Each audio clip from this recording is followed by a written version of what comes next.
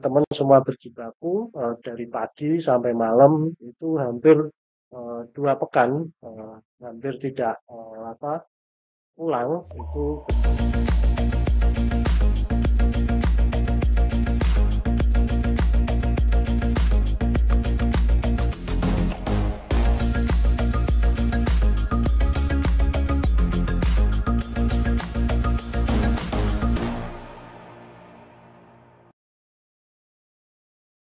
Halo teman pemilih, terima kasih telah bergabung kembali di channel YouTube KPU Kabupaten Jepara. Selamat datang di Bilik Demokrasi, podcast resmi KPU Kabupaten Jepara.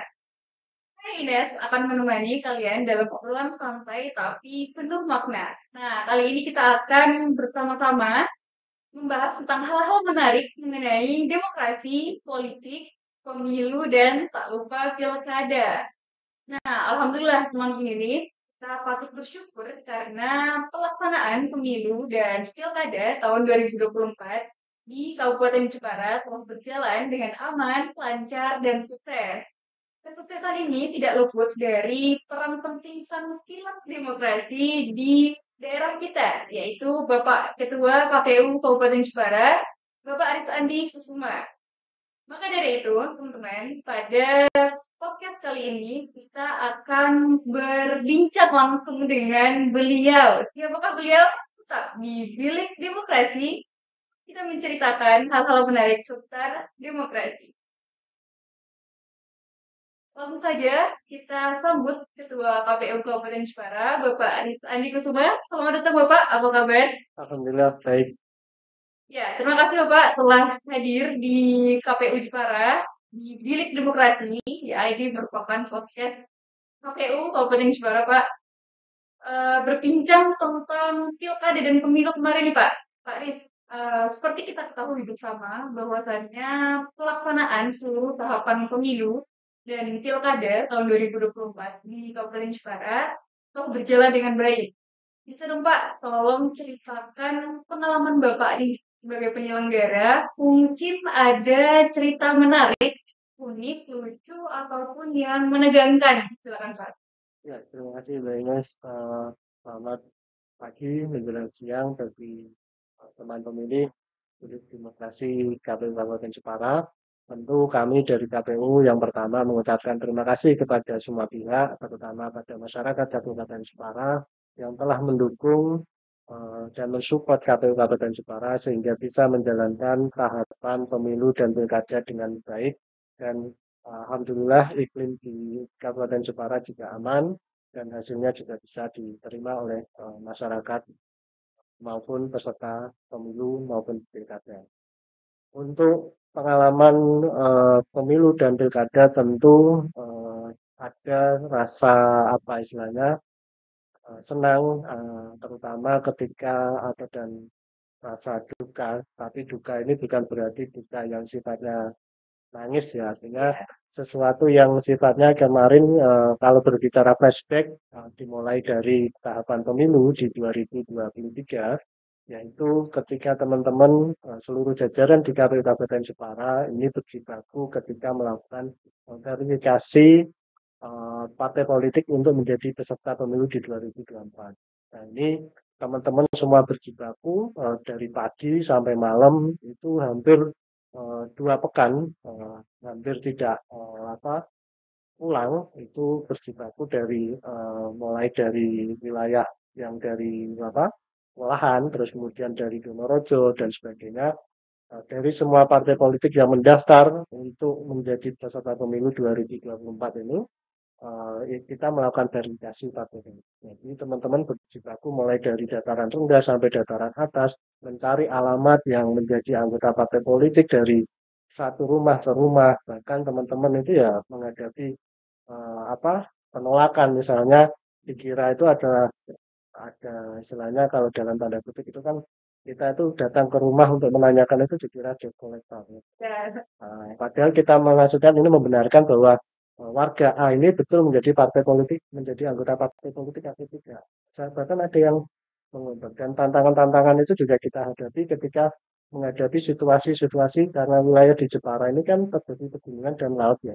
kita termasuk di Karimun Jawa. Itu juga kita harus melakukan verifikasi dan betul-betul melakukan verifikasi dan itu menjadi tantangan tersendiri bagi kita dibandingkan dengan daerah-daerah yang lain. Karena kita memiliki wilayah darat dan pulau. Yang kedua itu terkait ketika tahapan-tahapan berikutnya ketika terutama ketika melakukan pemutahiran data pemilih, terus kemudian proses pencalonan. Nah, ini proses pencalonan adalah sesuatu yang berhubungan antara eh, KPU dengan peserta pemilih. Nah, artinya kita betul-betul harus hati-hati melakukan tahapan ini agar tidak terjadi kesalahan dalam proses pencalonan. Misalnya dalam proses pencalonan anggota DPRD itu dengan sekian banyak dengan partai politik peserta pemilu, terus kemudian ada masing-masing calon anggota dewan, kita jangan sampai melakukan kesalahan. Begitu juga peserta. Misalnya nama calon anggota dewan, namanya itu jangan sampai salah. Dicek satu persatu, terus kemudian kita minta persetujuan, itu enggak nama gelar sampai ini sedetailnya. Sampai berkali-kali itu kita juga melakukan istilahnya apa ya komunikasi dengan penghubung partai politik bahwa apa yang sudah kita ini sudah yang mendaftar sudah sesuai baru kita lakukan penetapan. Itu juga ketika dalam proses pemungutan itu ya sebelum pemungutan juga ada proses distribusi distribusi logistik bahwa dalam proses distribusi logistik di pemilu kemarin ya kita sama dengan hampir dengan verifikasi partai politik tadi kita menghadapi wilayah yang sifatnya daratan dan kepulauan. Apalagi dalam pemilu kemarin itu adalah di bulan Februari. Ini adalah bulan-bulan sifatnya adalah musim baratan. Distribusi logistik itu adalah ketercapaian adalah surat suara itu harus terpenuhi atau tercapai di TPS Hamin 1. Kita harus berpacu, kita harus memprediksi bahwa bagaimana mengirim logistik itu tidak terlambat, terutama yang di wilayah kepulauan. Bahkan teman-teman itu ya yang berada di sana itu ya harus menempuh ombak tinggi ombak yang seharusnya lebih dari 2 meter. Itu mereka menempuh perjalanan itu dari kita dari Jepara ke Karimun Jawa menuju Pulau Nyamuk dan Parang, terus kemudian Pulau Genting. Kita melakukan itu distribusi itu dengan menghadapi tantangan gelombang laut yang cukup tinggi. Berkat kerja keras teman-teman semua, baik KPU dan teman-teman badan ad hoc yang di bawah, itu juga mereka berjibaku dan berkorban nyawa, istilahnya mempertaruhkan nyawanya ketika menghadapi gelombang yang tinggi dalam mengirim logistik itu. Alhamdulillah berkat doa dan kerja keras semua, distribusi logistik itu berlangsung lancar dan kemudian dalam proses pemungutan hak masyarakat tidak ada yang hilang kan itu artinya diskusi berjalan lancar, penggunaan hak pilihnya juga berjalan dengan lancar, terus kemudian dalam proses rekapitulasi juga dalam proses yang lancar. Nah, ini hasilnya juga bisa diterima oleh dengan semua pihak, baik peserta pemilu yang kemarin jumlahnya juga mereka bisa menerima hasil yang dilakukan oleh KPU Kabupaten sekarang. Dan kita juga mendapatkan apresiasi dari KPU Provinsi Jawa Tengah terkait kerja-kerja kita dengan menoleh penghargaan-penghargaan yang kita peroleh sebagai apresiasi kerja-kerja keras yang dilakukan oleh teman-teman kita bersama atas kerja-kerja dalam pelaksanaan pemilu maupun pelaksanaan pilkada. Begitu juga ketika pilkada itu juga kita menghadapi tantangan-tantangan yang hampir sama. Terutama misalnya kemarin kita yang paling kita ada ini adalah ketika misalnya itu adalah saat debat masing-masing paslon. Kita harus berkoordinasi antara paslon, kemudian keamanan, kita harus berkoordinasi bahwa ini jalannya debat ini harus berlangsung dengan aman. Karena ini potensi gesekan antara pendukung ini kita antisipasi betul bahwa jangan sampai terjadi gesekan. Alhamdulillah masing-masing paslon ini bersedia istilahnya damai bukan bersedia sepakat untuk damai bahwa apapun yang terjadi ini adalah perbedaan pandangan.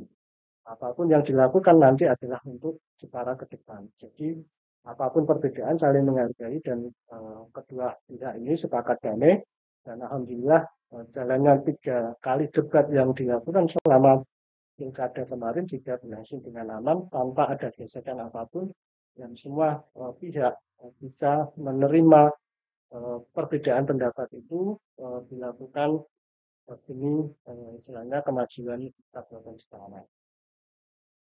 Baik, berarti memang dalam pelaksanaannya kemarin itu cukup banyak hal-hal yang menegangkan ya Pak ya, kayak tadi seperti para petugas melawan ombak, kemudian ada debat yang berakhir dengan diskusi yang baik gitu ya Pak ya. Oke, kemudian Pak, eh, kemudian nih apa aja sih Pak indikator yang menunjukkan bahwa penyelenggaraan pemilu atau pilkada dapat dikatakan berhasil atau Indikator ya tentu ya kita berbicara kan adalah hasilnya bisa diterima semua pihak. Itu adalah indikator yang paling utama.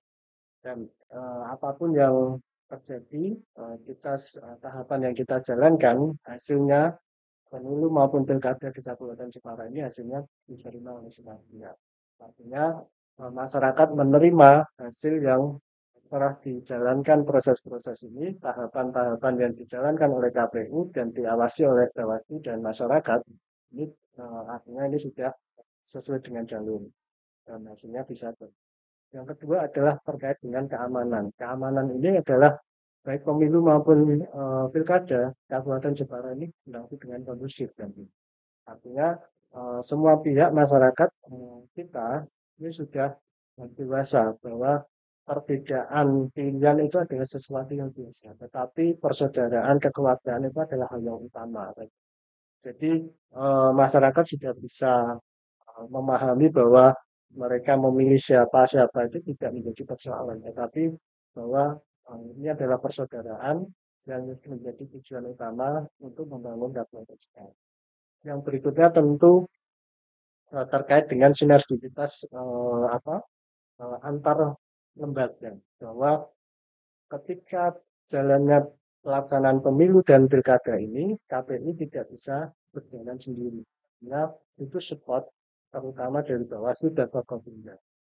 Nah, ini adalah jalannya sinergitas semua lembaga ini berjalan dengan baik, komunikasi kita juga berjalan dengan baik semua lembaga, sehingga tidak ada misalnya ketika ada hal-hal potensi apapun itu selalu dibicarakan untuk mengantisipasi sehingga potensi ini tidak menjadi besar. Tapi bagaimana itu potensi itu bisa diredam dengan baik, alhamdulillah tadi yang menjadi pertama adalah hasilnya bisa diterima pihak dan kondisi di wilayah Kabupaten Cikarang ini adalah. Oke. Nah, selanjutnya nih Pak, tentang apa sih tantangan terbesar yang dihadapi KPU Kabupaten Jepara dalam pelaksanaan pemilu dan pilkada kali ini, Pak? Kalau berbicara tantangan, semua tahapan itu adalah tantangan. Jadi kita tidak bisa menyepelekan tahapan demi tahapan, karena tahapan demi tahapan itu adalah satu kesatuan. Jadi bagaimana kita selalu berbicara tentang bagaimana regulasinya, terus kemudian bagaimana peserta, terus kemudian bagaimana terkait dengan selainnya tahapan itu agar berjalan dengan baik. Kita harus berbicara terkait menjalankan tahapan itu ya sesuai dengan jalannya regulasi, terus kemudian kita komunikasi dengan berbagai pihak itu, terutama dengan peserta pemilu maupun pilkada itu. Kita selalu itu adalah menjadi tantangan kita bahwa jangan sampai kita melakukan salah komunikasi atau terjadi mispersepsi ketika kita melakukan komunikasi pintu dan itu terjadi miskomunikasi ini bisa menjadi sesuatu yang bermasalah. Tapi alhamdulillah jalannya pilkada maupun pemilu di Kabupaten Jepara ini tidak terjadi hal tahapan demi tahapan yang seperti yang saya ceritakan tadi, misalnya verifikasi partai politik, terus kemudian pendataan pemilih, pemetaan TPS, terus kemudian pencalonan, terus kemudian apa distribusi logistik sampai pemungutan dan penghitungan dan penetapan itu adalah menjadi tantangan kita bersama. Tetapi berkat kita kerjasama bahu membahu di antara kita semua stakeholder yang ada di KPU, satu bahwa tidak ada perbedaan di antara kita, sehingga ini adalah menjadi modal yang berharga ketika menghadapi tantangan yang ada di luar sehingga kita bisa melewati itu dengan baik dan hasilnya bisa dirasakan oleh masyarakat. Baik. Nah, dengan bahwasannya setiap penyelenggaraan itu memiliki tantangan, Pak. Apa saja sih prioritas evaluasi yang akan dilakukan oleh KPU, Kapmi, dan Pilkada 2024? Ya, tentu ketika berbicara tentang evaluasi adalah yang pertama adalah di internal KPU. Internal KPU tentu bahwa penyelenggaraan pilkada dari tahun ke tahun itu adalah sesuatu yang sifatnya selalu berkembang. Tentu kita dalam melakukan ini adalah pertama adalah kita melakukan istilahnya aktif diri. Aktif diri itu adalah bahwa kita harus memahami bahwa regulasi yang perkembangan regulasi yang itu ya kita selalu mengikuti perkembangan itu dan membaca dan kita kadang juga melakukan diskusi dan membedah regulasi itu bagaimana regulasi yang ada itu kita jalankan dan sehingga bisa hasilnya itu bisa berjalan dengan baik. Yang kedua itu terkait tidak hanya regulasi itu juga kemampuan kita terkait dengan perkembangan teknologi. Teknologi ini kan berkembang. Wah, apalagi banyak kemarin dalam pemilu dan pilkada itu memakai beberapa aplikasi dan untuk perkembangan itu juga kita harus melakukan perkembangan teknologi dan kita harus mengikuti. Yang berikutnya adalah kita juga mengupdate terkait dengan perkembangan media sosial. Kita masyarakat sekarang itu lebih banyak terkait dengan apa ya, masif itu mengikuti media sosial. Yang berikutnya adalah terkait dengan partisipasi masyarakat. Ini adalah menjadi artinya kita selalu mengajak masyarakat untuk berpartisipasi aktif kepada kami, terutama ketika misalnya kita melakukan tahapan, terus kemudian kita melakukan sosialisasi dan sebagainya. Ini adalah kita istilahnya bagaimana kita selalu mencari istilahnya format, bagaimana sosialisasi kita itu bisa menyentuh semua lapisan masyarakat. Jadi ini adalah menjadi istilahnya dalam tantangan kita bahwa bagaimana kita melakukan sosialisasi ini bisa menyentuh lapisan masyarakat dan ini juga masyarakat itu bisa menerima dan berpartisipasi aktif nantinya. Jadi ada timbal baliknya. Ini yang kita butuhkan. Misalnya saat ini adalah tahapan pemutahiran data pemilih. Nah ini kita juga butuh partisipasi aktif masyarakat untuk melaporkan. Misalnya ada saudaranya yang meninggal. Terus kemudian ada perubahan data, misalnya sudah menikah, misalnya pindah penduduk, atau sudah menjadi anggota TNI Polri, atau sudah anggota TNI Polri ini sudah pensiun. Kan. Jadi ini kita juga butuh partisipasi aktif pada masyarakat untuk istilahnya bahwa data pemilih yang kita miliki itu bisa benar-benar dipakai dan akurat. Nah, ini menjadi tantangan kita untuk bagaimana mendorong masyarakat itu terus berpartisipasi aktif kepada kita, terus juga memberikan masukan kepada kita juga, begitu juga mendorong masyarakat untuk berpartisipasi aktif ketika dalam pemungutan suara. Artinya kita juga mendorong kita melakukan sosialisasi pada masyarakat bahwa pelaksanaan pemilu dan pilkada ini berjalan di tanggal misalnya kemarin untuk pilkada 27 November dan 14 Februari untuk pemilu. Nah, ini partisipasi aktif masyarakat itu juga sangat dibutuhkan kepada kita sehingga ini apa yang kita lakukan ini bisa berdampak pada masyarakat yang lebih banyak. Baik, setelah kita ngomongin tantangan, kemudian evaluasi, dan terakhir nih Pak, apa sih peran strategi KPU Pak ke depan dalam meningkatkan kualitas demokrasi, baik di tingkat lokal maupun nasional? Ya, tentu peran strategis KPU kita juga tidak bisa lepas dari namanya KPU itu melakukan pendidikan pemilih atau pendidikan politik. Pendidikan politik ini yang kita lakukan ya ini ada dua target sasaran yaitu tadi eh, terkait dengan money politik. Yang kedua adalah terkait dengan tadi partisipasi aktif ketika dalam pemungutan.